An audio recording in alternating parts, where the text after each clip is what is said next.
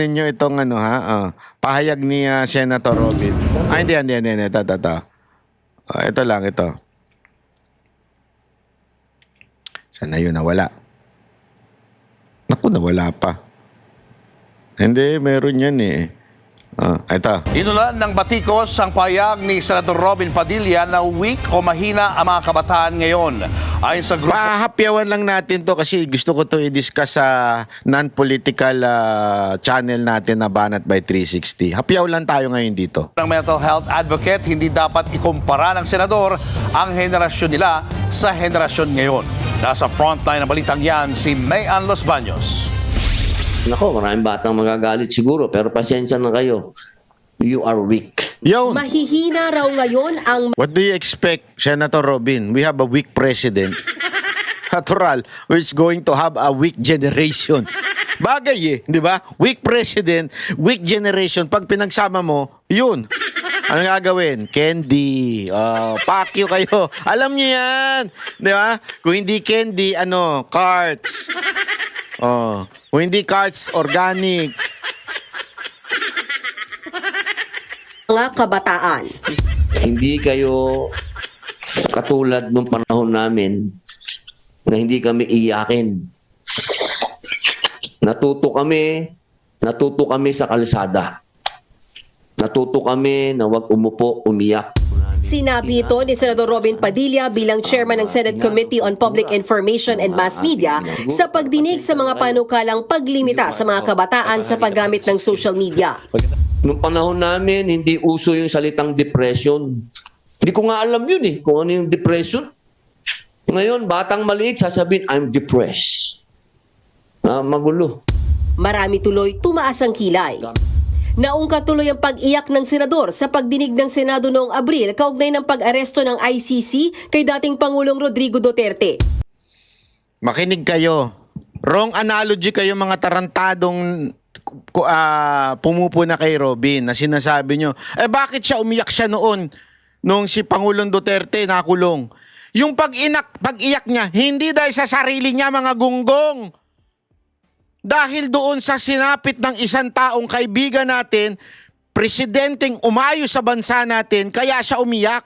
There is nothing wrong in crying, but there is something wrong when you keep on crying dahil sa sarili mo.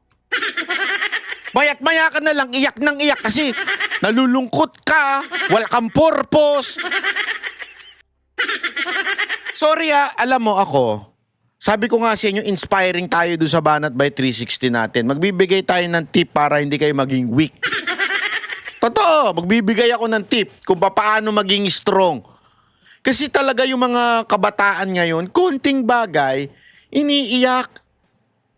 Noon nga, walang perang mga tao, talagang nagjajaryo bote. Ako nga, nagbenta ako ng fishball Kaya alam ko kung saan bumibili na masarap na fishball kasi yung fishball sa grocery, ang pangit nun. Bumili kayo dyan sa may, sa may Teacher's Village, sa malapit sa Claret. Meron dyan bilihan ng mga totoong fishball. Doon ko binibili yun. Kasi nga gusto ko magkaroon ng sasakyan. Totoo yan, hindi ako, kaya sabi ko magsisipag ako, bili ko fishball, hindi pa rin ako nakabili sa sasakyan. Nagbanda na lang ako. Hindi, ibig ko lang sabihin? Kasi ngayon, konting, nakakita ka lang ng may iPhone 17 Pro Max yung kaibigan mo. Bakit siya mahal ng magulang niya? Ako, hindi ako binilhan. Depressed na ako. Gago! Di ba? Walang nagmamahal sa akin kasi wala akong jowa. Gago! Hindi walang nagmamahal sa'yo. Pangit ka lang talaga at masama ugali mo. Gago! Naalala ko tuloy yung...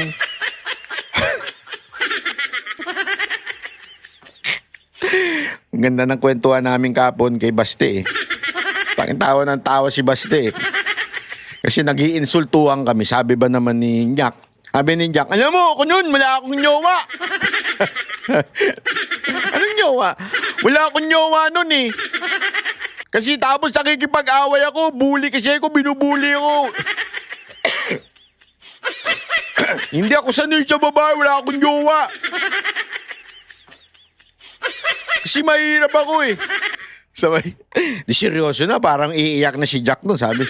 Sabay, hirit ako ng, wala kang jowa kasi pangit ka. Hindi dahil mahirap ka. Gago! Kahit yumamang ka. Napagano si Jack eh. Tawa-tawa si Basti. Parang gusto sabi, tama. Biro lang, Jack, ha. Huwag ka mag-alala, pareho tayo. Nadanasan ko din yan. Sabi ko noon, ba't kaya ako single pa? Hanggang na-realize ko sa sarili ko at humarap ako sa salamin. Kasi nung kabataan ko, ayaw humarap sa salamin. Kasi tuwing humarap ako sa salamin, lagi kong naaalala siya na sabi, ba't yung kapatid mo, pogi? Oh, lagi siya sabi, hanggang ngayon nga eh. Yung kapatid mo, pogi. Para bang pinapasimplihan na nilang sa akin na pogi yung kapatid mo, pangit ka. Alam mo ginawa ko? Ito, walang biro ito ha. Kasi ganun nga eh. Na-challenge ako. Sabi ko, pogi pala siya. Pasasarapin ko yung sarili ko. Kaya pogi siya, masarap ako. Biro lang. Hindi, maraming alam mo yun. Yung kesa na iiyak ka, pangit ko naman, depressed na ako. Ang pangit ko. Huwag ka ma-depress. Alam mo, si Jack nga, ang ganda ng asawa ngayon eh. Paano nangyari yun? Diba? Ang gwapo ng anak niya, yung mga anak niya, hindi niya kamukha. Ang puputi. Pag talagang parang anak ni Basti. Ganun ang itsura ng anak niya. Hindi niya talaga kamukha. Kaya may pag-asa ka. Kung si Jack na nakakuha ng maganda.